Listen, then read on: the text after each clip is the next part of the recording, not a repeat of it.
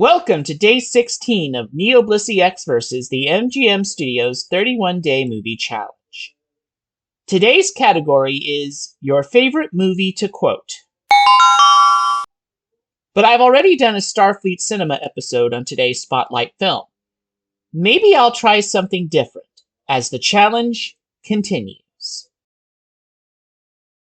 Originally released exclusively on Disney Plus on May 20th, 2022, Chip 'n Dale Rescue Rangers is a loose adaptation of the 1989 to 1990 animated television series of the same name.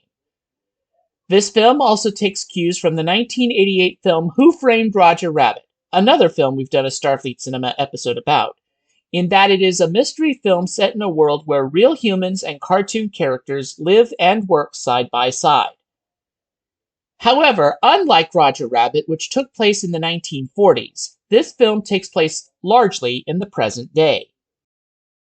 30 years after a betrayal forces the cancellation of their hit television series and the breakup of their friendship, Chip and Dale must step back into their detective persona in order to rescue a missing former co-star from a criminal organization that has been kidnapping and physically altering famous tunes in order to force them to make bootleg versions of their iconic films and shows.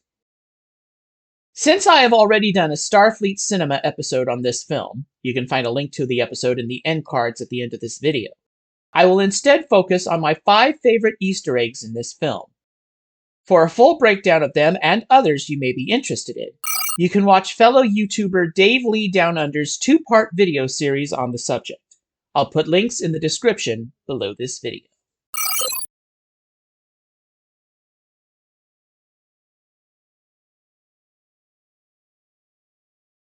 The film starts like all Disney films of the time normally started, with the 2006 to 2022 Disney CGI castle logo, which originally made its debut with the 2006 film Pirates of the Caribbean: Dead Man's Chest, and refined into the form seen here in the 2011 film The Muppets.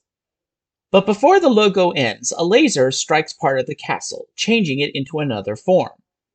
By the time the lasers stop, the castle has been altered into parts of 4 other famous Disney castles. We later learned that these lasers are from the machine that the Valley Gang, the villains of the film, used to bootleg their kidnapped Toon victims.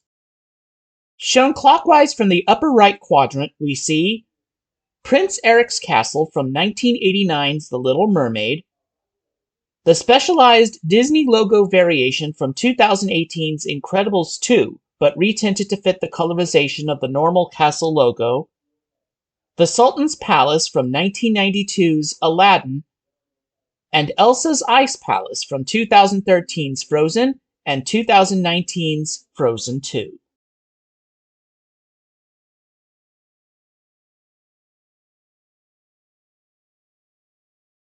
There are 2 major scenes that take place at FanCon, a fictionalized version of the globally famous Comic-Con fan conventions.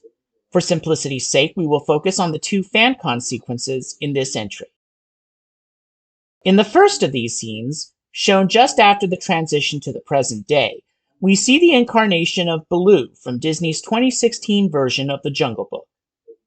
Dale's line about how Baloo was part of the Disney afternoon, just like me, implies that Baloo, as seen here, was actually the same version of the character from the 1990 to 1991 animated television series TaleSpin, which aired alongside the original Rescue Rangers series on the 1990 to 1997 Disney Afternoon syndicated programming block, and that Baloo had gotten the same CGI surgery that Dale did, ultimately resulting in Baloo's career getting a resurgence following his being cast in the Jungle Book reboot. Later in the movie, as the Valley Gang is chasing Chip and Dale after the scene at the Indiana Jones merchandise booth, there is a brief stinger of the song You Can Fly from Peter Pan, as Sweet Pete, aka Peter Pan, tries to run after Chip and Dale, but cannot due to his advancing age and health problems. Again, for more Easter eggs from the FanCon sequences, check out Dave Lee Down Under's videos in the description.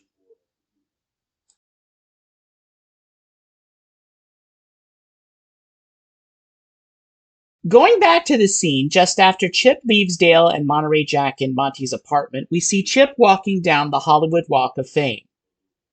In this world, toons are given Hollywood Walk of Fame stars just like normal humans, as evidenced by stars seen in this sequence for Samurai Jack from the Cartoon Network series of the same name, who was originally voiced by Star Trek Lower Decks guest voice actor Phil LaMarr, Hanna-Barbera character Yogi Bear, Squidward Tentacles from Nickelodeon's SpongeBob SquarePants, and later in the scene, Chun-Li, a popular character from Capcom's Street Fighter video game series. This implies that toon in this universe could mean any fictional character, not just those from animated films and television shows. There is also a blink and you'll miss it sign behind Chip in the portion of the scene where Chip remarks on the possible enjoyment he could get from Batman vs. E.T. The sign is of Dobby the house elf from Harry Potter working as a Gucci model. This latter point is a contradiction of the original source material Dobby comes from, however, as if a house elf is presented with clothing, the magical bond between the house elf and its owner is severed.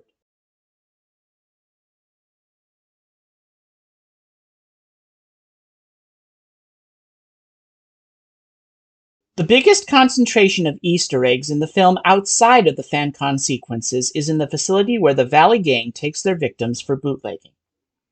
While the diagrams of the toons showing either how they were to be bootlegged or were outright bootlegged were themselves Easter egg resources, the wall of toon body parts seen after Chip and Dale's journey through the bootlegging machine is where the vast majority of the Easter eggs seen in this scene can be found. While you can watch Dave Lee Down Under's videos for appearances I do not mention here, here are some of the ones I noticed myself. The ears of Bartok the Magnificent from 20th Century Studios' 1997 animated film Anastasia. The hair and keyblade weapon of Sora from Square Enix and Disney's Kingdom Hearts video game series. The hat of a Smurf. The hair of Nickelodeon's Jimmy Neutron. The hat of Jiminy Cricket from Disney's Pinocchio. The muzzle of the Pink Panther. The mouth and ear of Ickis from Nickelodeon's 1994 to 1997 animated series Real Monsters.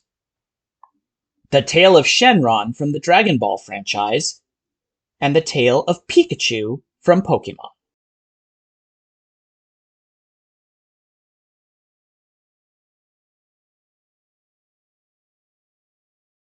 As the main on-end credits roll, we are inundated with Easter eggs. Here are some of the most prominent. As the directed by Akiva Schaffer credit appears on screen, the same lasers that bootlegged the Disney logo at the beginning of the film does the same to certain letters of Schaffer's name. The first A in Akiva is turned into an A from the Indiana Jones logo. The I in Akiva is turned into the I from the Jurassic Park/World logo. The S in Schaffer is turned into the S from the Star Wars logo. And the R in Schaffer is turned into the logo from James Cameron's Avatar. Among the bootlegged movies sold in this portion of the sequence, we see Pooge the Fat Honey Bear, an off-brand version of Winnie the Pooh that we actually see being filmed during the final chase. Farm Beasts, an off-brand version of The Lion King. Weirder Stuff, an off-brand version of the hit Netflix series Stranger Things. Now That's What I Call Cartoons Rapping, a play on the famous Now That's What I Call Music compilation album series, and a callback to Chip's early in the movie attitude about older characters trying to regain their coolness by rapping. Spaghetti Dogs 2, a sequel to a bootlegged Lady and the Tramp mentioned earlier in the movie. And Stupido the Elephant Baby, an off-brand Dumbo which starred the bootlegged hybrid of Monterey Jack and Dumbo. Here we get a poster for Ant-Man, a play on the Marvel Cinematic Universe film Ant-Man, and a payoff to the joke made in the second FanCon sequence by Ant-Man star Paul Rudd, who made a cameo appearance as himself. You know, originally it was called Aunt-Man, A-U-N-T, and my superpower was being really charming to aunts. That's great, isn't it? Yeah, they changed.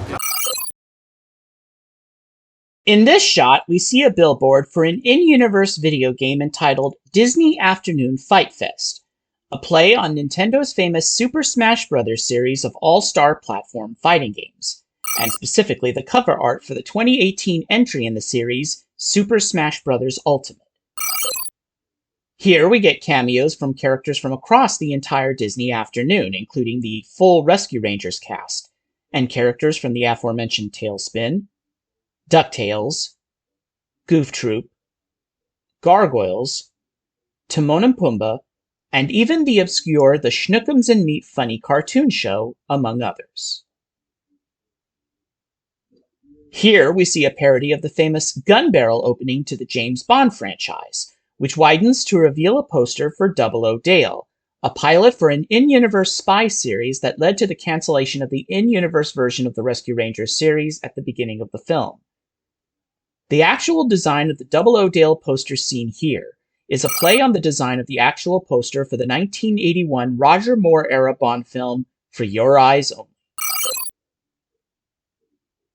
Tomorrow on NeoBlisseyX vs. the MGM Studios 31-Day Movie Challenge, it's Day 17, a movie from the 60s. Until then, take care and live long and prosper.